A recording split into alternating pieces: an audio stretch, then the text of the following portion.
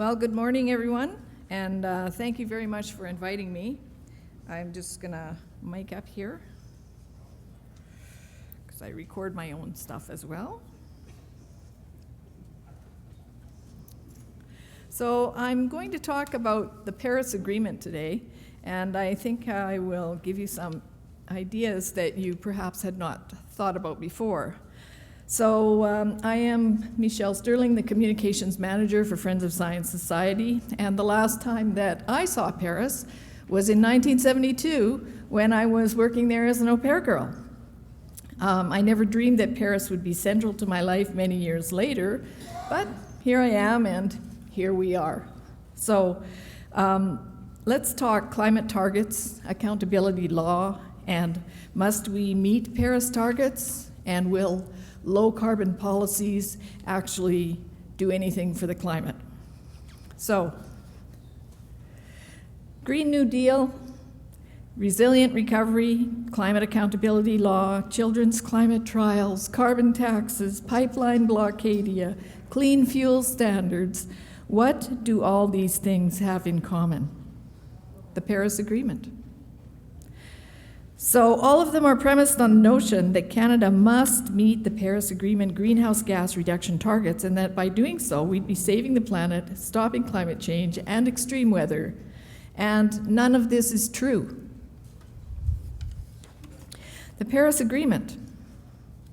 Every one of the preceding organizations claims that we must implement laws and carbon taxes or cap and trade so that we will meet the Paris Agreement targets. But what exactly does the Paris Agreement oblige us to? Not much. There's no requirement to meet any specific GHG emissions reduction target. There is no requirement to pay any penalty if we don't meet the voluntary emissions targets. There's no requirement to pay any specified amount or share of collective financing for developing countries. And there's no requirement to use any specific set of policy instruments like taxes, regulations, subsidies in pursuing our voluntary emissions reductions goals. So that is from Robert Lyman's recent report, Litigating Climate in Canada. And I'll refer you to many of his excellent reports in this overview. He was a former public servant at the federal level for 27 years and a diplomat for 10 years. Most of his life he worked on this GHG file, and he has insights that are not talked about in the media because, you know, the media has a lockout on climate information. So what would happen if we tried to meet the Paris Agreement targets? This is what would happen. This is what is happening. And why, no other country is attempting this scale of national economic suicide to appease a piece of paper. Only Canada. So from the Rio Earth Summit in 1992 until today, global fossil fuel consumption has risen 57%. On the left, you can see a graph by Roger Pielke Jr. of the US, where he has outlined the rise in fossil fuel use and what it would take to meet the supposed objectives of a Paris compliant or net zero world. And on the right, there's a chart from BP showing that renewables contribute almost nothing to the world energy, and oil, gas, and coal continue to rise in demand. And they drive our economy. And there is a section there for biofuels and then biomass. That's the fuel that poor peasants use in subsistence countries, dung, wood, where they live really hand to mouth. And something like 2 billion people are living like that. And how have countries done, all the countries that signed on to Paris? You know, there's no obligation to meet any targets, but all of the countries who signed on are obliged to report every 5 years. So last year, in August, Robert Lyman did this report, Promises versus Performance, and it catches up with the countries at the 5-year reporting mark, and you can see China's emissions are up 28%, India's emissions up 69%, South Korea up 25%. Iran and Saudi Arabia up 30 and 35% respectively. And who has reduced emissions? The United States by 9%, and they pulled out of Paris. And the European Union by 16%, but they're facing an industrial massacre because of it. And Russia is down a smidge, South Korea down 10%, and bad guy Canada. We went up 1%. Our population was 33 million in 2008 and 37 million a decade later. So that's a 12% increase. And yet our emissions only grew by 1%. So we're called a climate laggard. What's up with that? So if we look at Robert Lyman's report, Futile Folly, it explains that China emits more in 1 month than Canada does all year. So even if Canada was instantly wiped off the map, it would make no difference to the world in terms of meeting the Paris targets. So if we think about, well, surely if all countries met the targets and Canada did its fair share, then we'd see a reversal of global warming, right? Well, nope. Bjorn Lomborg used the IPCC's own computer simulation, MAGIC is what it's known as, and ran the numbers and found that if every country did their bit, there would only be 0.17 of a degree Celsius reduction in warming by 2100. That's 0.3 of a degree Fahrenheit. And that's if everyone did their bit. But it would cost between $1 to $2 trillion a year for nothing. So by contrast, Lomborg says that if we just applied a few billion to lifting the poor out of poverty and to providing developing nations with grid-scale energy and proper sanitation and water, we could make the world a better place for almost everyone. And his new book, False Alarm, explains all of this and also explains how nonsensical present policies are. So other climate leaders are cited as examples to follow. Many of the recent Canadian reports that are pushing for climate accountability law say we should look at other countries as climate leaders in this regard. But what do we find? Even the largest of these countries, Germany, is tiny compared to Canada, and all of them are located in far more temperate parts of the world. Canada is the second largest, coldest country in the world. We produce resources for the rest of the world.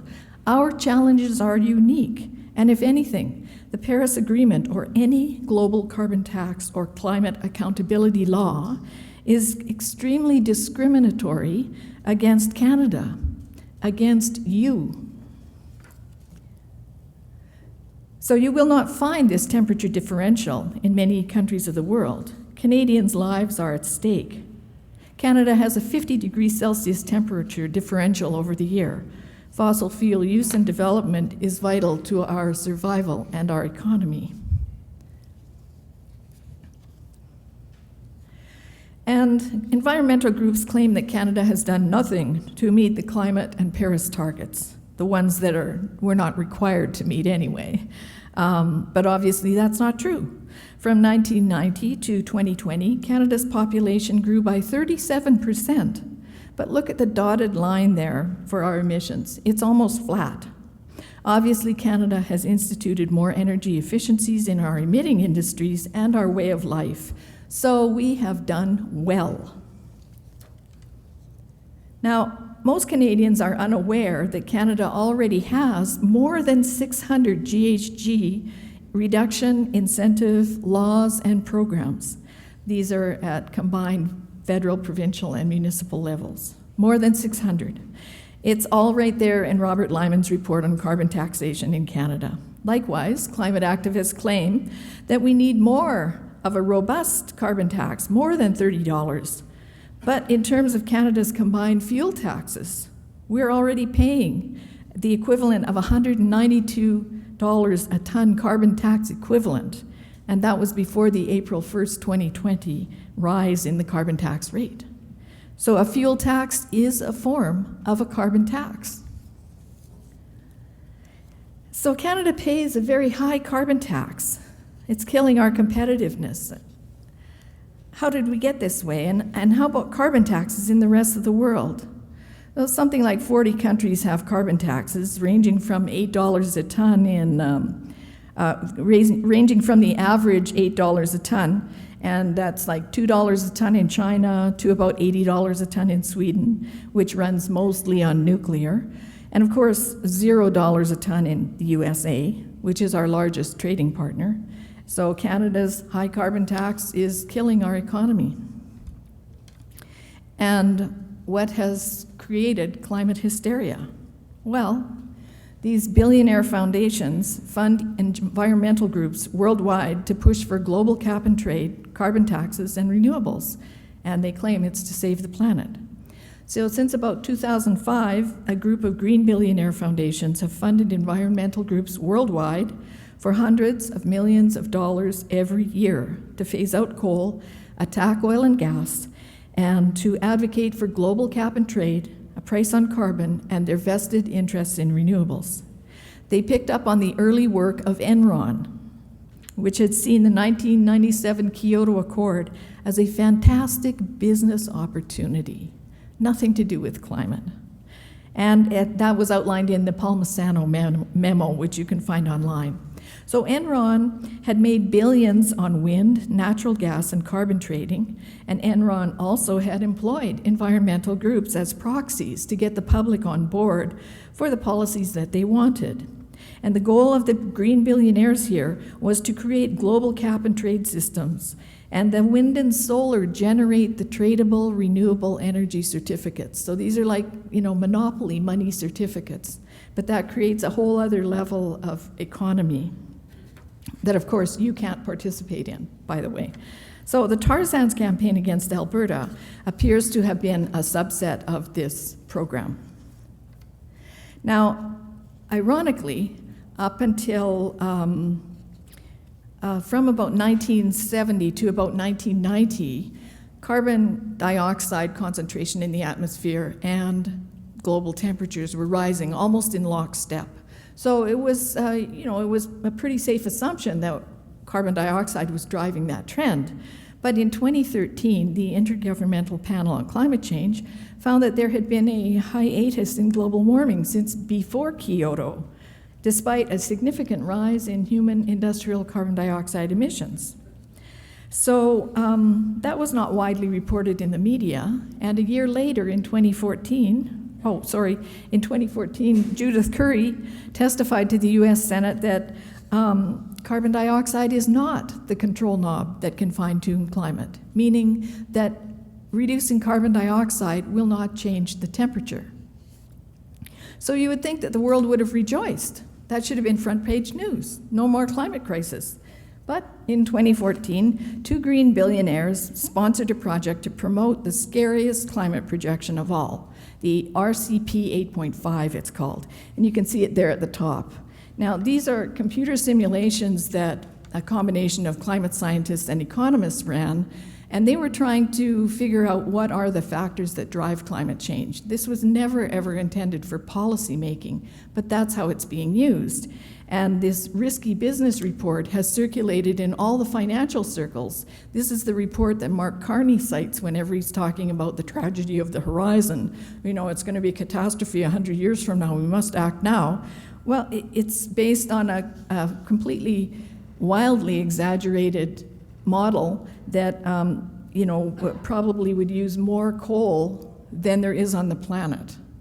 And Dr. Catherine Hayhoe, in her recent Alberta's Climate Future report, does exactly this. She runs a comparison between the 8.5 and the 4.5 scenario, as if one is business as usual and the other is a safe path.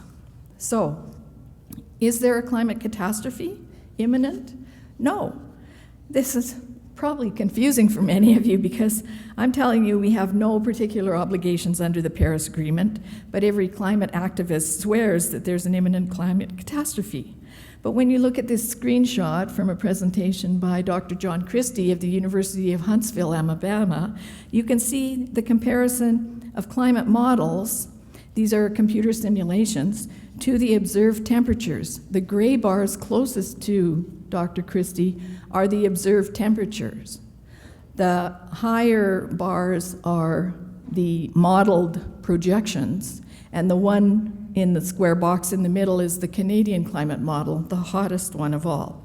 So that's not what climate policy should be predicated on, because it's science fiction, it's not science fact.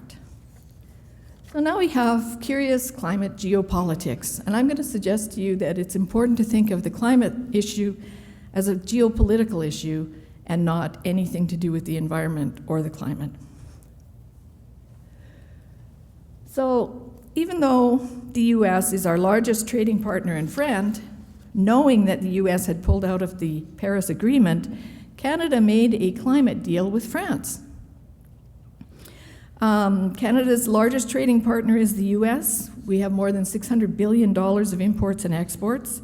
But in April 2018, about the time that Kinder Morgan suspended work on the Trans Mountain expansion, the Prime Minister of Canada went to France and made a climate deal with Emmanuel Macron. This was intended to be a 2-year deal, so I don't know what the status is right now or when it's supposed to end, but there was almost no coverage of this in the press. This deal jointly binds France and Canada to push carbon and climate policies worldwide. So Canada-France trade, just to put it in perspective, is about $16 billion versus $600 billion. So France made a climate law. In France, in about 2015, 2016, they made a climate law that affected all of their global assets. And of course, many Canadian companies, especially the transnational ones, are far more deeply embedded in France and in Europe than in Canada. And these would be companies like Power Corporation, Bombardier, Caisse de Dépôt, McCain. You can find them on the Canadian government website. But they're companies that generally come home to Canada to collect a subsidy and then go back to doing business elsewhere. So obviously, all of their business interests in Europe were deeply affected by this French climate law. But who cares, right? Let France make these crazy climate laws. What does it matter to us? Well, France is the center of an organization called La Francophonie, which is a collection of French language nations that is made up of about 88 countries of the world on 5 continents, and combined represents a population of 1 billion people. So when they go to the UN, they got lots of people they can draw favors on. So I wonder what President Trump thought. So in February of 2018, President Macron told President Trump, no Paris Agreement, no EU trade agreement. And 2 months later, our Prime Minister signs a climate deal with France. Note that France imports a lot of oil for refining, almost all of it from despot nations. And note that the French oil giant Total pulled out of the oil sands for the most part and invested in gas in Iran. So Canada had signed a trade deal with Europe called CETA. It was signed in 2016 and it came into force in September 2017. So geopolitics matter more than climate. That's my point here. Now, if you look at this list of the top 11 countries with large reserves of oil and gas, there's only 2 democracies on there, Canada and the US. So with the rest of most of the rest of the industrial world buys oil from these other despot nations. And why would they want competitors like us on the market? Which of these competitor nations observes the GHG reduction targets of the Paris Agreement? Anyone? Yeah, not one. So Europe itself is a highly industrialized region, and a global carbon tax would be a handy equalization payment for them, don't you think? Because who does the Paris Agreement benefit? Well, when we switch gears from Robert Lyman's reports for a minute, we see that many different parties have interests in some way and some may not be obvious. For instance, Europe has poor oil and gas reserves, and William Kay reports that they import about $600 billion in fossil fuels a year, And you can see that a lot of oil and gas comes from Russia, and they don't seem to have any pipeline blockadia going on over there. So this outflow of money will destroy them. However, if we had to pay a global carbon tax, that would be a form of equalization payment. So it's really, the whole climate issue is really about areas of the world that are rich in fossil fuels versus areas of the world that are poor or empty of fossil fuels. So start looking at the news in that way, start looking at treaties in that way. So you might not know it, but Canada and China also have a climate deal. And this was signed in November of 2018. And you might wonder why would China sign a climate deal when they're the world's largest emitter? Well, the answer is this. The Green Climate Fund has promised $100 billion a year to developing nations with no accountability for that money. The Green Climate Fund was the bribe to get all the developing nations of the world on board with the Paris Agreement. But President Trump saw that it would mostly be milking US dollar bills from the Treasury, so he pulled out of Paris. And you can see why. Rich countries like Saudi Arabia can apply for green climate funds for development.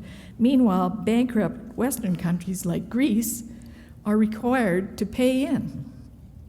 And there's no accountability, as I said. So the report Futile Folly that I mentioned earlier, and that has a link in this report, has a list of the payments, and that the payments intended from the Western countries are staggering. They're in the billions and billions of dollars. And also it really boils down to who cuts and who pays. So this is another great report by Robert Lyman, even though it's a couple of years old. So what about the climate emergency? Where did that come from? Well, the Club of Rome propagates the story that there's a climate emergency, and their scientific source is what's called the Potsdam Institute for Climate Research in Germany, or PICS. And PICS works closely with the World Council on Sustainable Business Development, which is sort of an umbrella of about 100 companies, but beneath it I think there's something like, there's several thousand. I'm not going to quote the figure, we should look it up. And the Club of Rome is based in Switzerland, where much of the world's money sloshes around in discrete accounts. And it works with a group based in Germany, which has invested billions of dollars in wind and solar as the solution for climate change. So of course they want to keep that narrative alive, and climate emergency does that. And you can see this Swedish climate scientist Johan Rockström, who works with PICS, he wants a $400 a ton global carbon tax law. And it seems that the climate emergency actually is really only about money.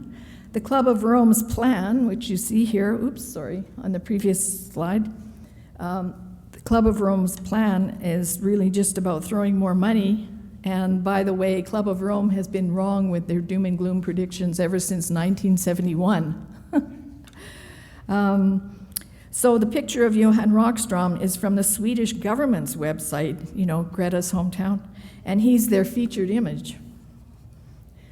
Now, Rockström also advocates for rapid decarbonization. This is like the net zero 2050, but he's not an engineer. But Professor Michael J. Kelly of Cambridge is an engineer, and he's shown that wind and solar cannot support even basic society. There's not enough energy return on energy invested. And rapid decarbonization would cause mass deaths. So why are these common sense cautions ignored? As usual, money talks. The UNPRI, which is called the United Nations Principle for Responsible Investment, and the ESG guru pictured here are driving climate change hysteria.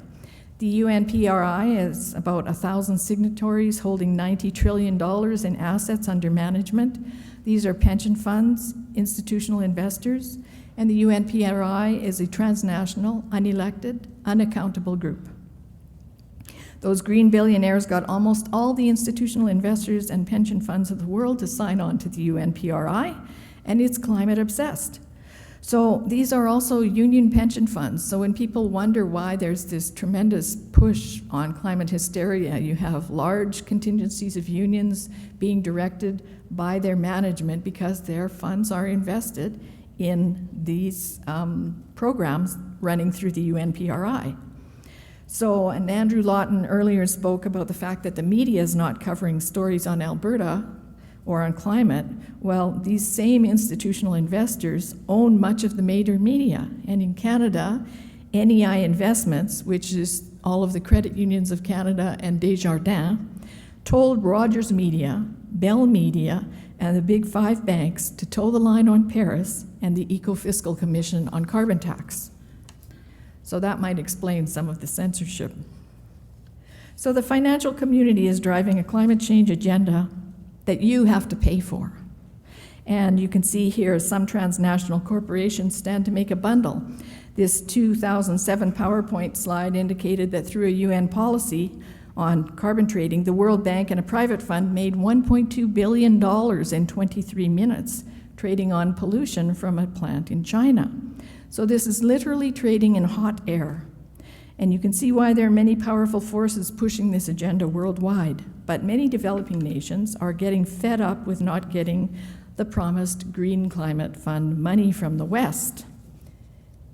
And in fact, last fall in September, China and India sent a letter separately to the UN Climate Confab saying, pay up. So, and in December, right after that, the COP25 confab in Madrid, they were supposed to come to an agreement on international emissions trading, and it fell apart over that negotiation. But that would have instituted a global carbon tax law, which is something we must do everything in our power to avoid and prevent. So what about Alberta? You know, people like to say, oh, you guys are, you know, a bunch of rednecks, you're deniers, everything. Why do we resist? Well, Alberta did due diligence on the climate and environment issue in 2000, and it resulted in this legislation. And in 2000, they had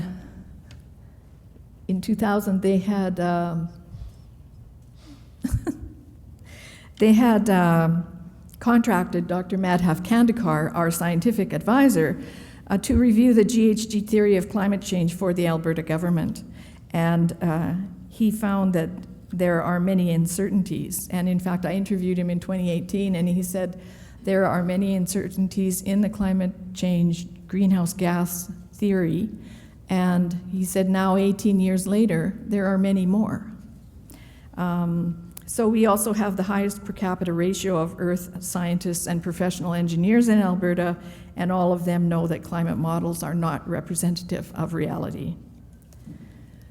So in 2019, a new group was formed in Holland called Clintel for Climate Intelligence. And it's a group of 900 scientists from around the world, and they have written letters, registered letters to the UN, the EU, and WEF, saying that the science is not settled, because that's a fundamental premise of the Paris Agreement. And so they say there's no climate emergency, natural factors like the sun affect climate more than human factors, that we do have time, and that net zero 2050 would be a catastrophe. So we are in kind of a global conundrum, because the financial community is going one way on climate emergency, and the scientific evidence is going the other, showing that it's all a false alarm. And actually, Robert Lyman has written this up in a great report called When Climate Prophecy Fails. And he notes that when reality fails to match prophecy, those who follow climate and energy policy developments closely will see that the rationale for drastic transition crumble.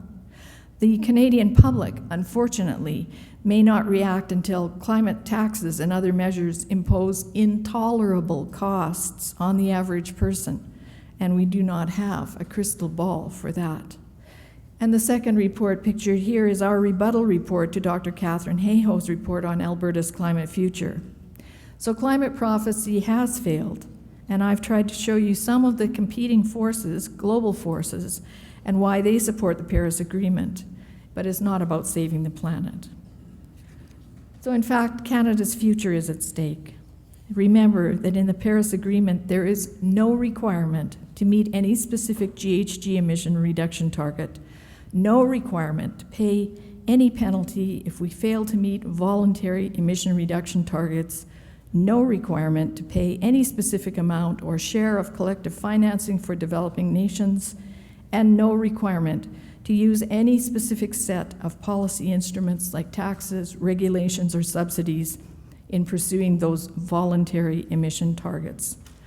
But many competing global geopolitical forces are trying to coerce you into giving up our vast riches and ransoming our children's future with carbon policies that will make green crony capitalists rich and leave all of you in carbon serfdom. So it's going to be hard to do, but just say no. And as Catherine McKenna likes to say, hard things are hard. Thank you.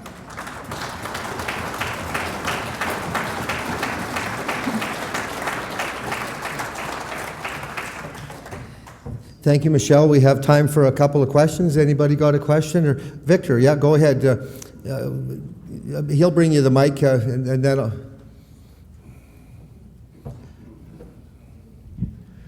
you've mentioned Mr. Lyman a few times. I saw some of his research on the amount of money that has flowed from the foundations to environmental NGOs, and how much that it dwarfs the amount of money that's actually in normal Canadian politics.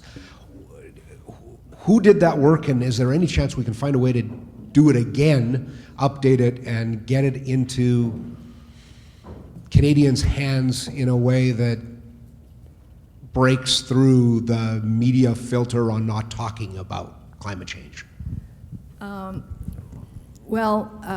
We did those reports, I think it was in 2019. There is a series of 4 reports called Money Matters, Dark Green Money, Big Green Money, and The Green Titanic. They're all written by Robert Lyman. They're all based on CRA filings and annual report information from the big ENGOs.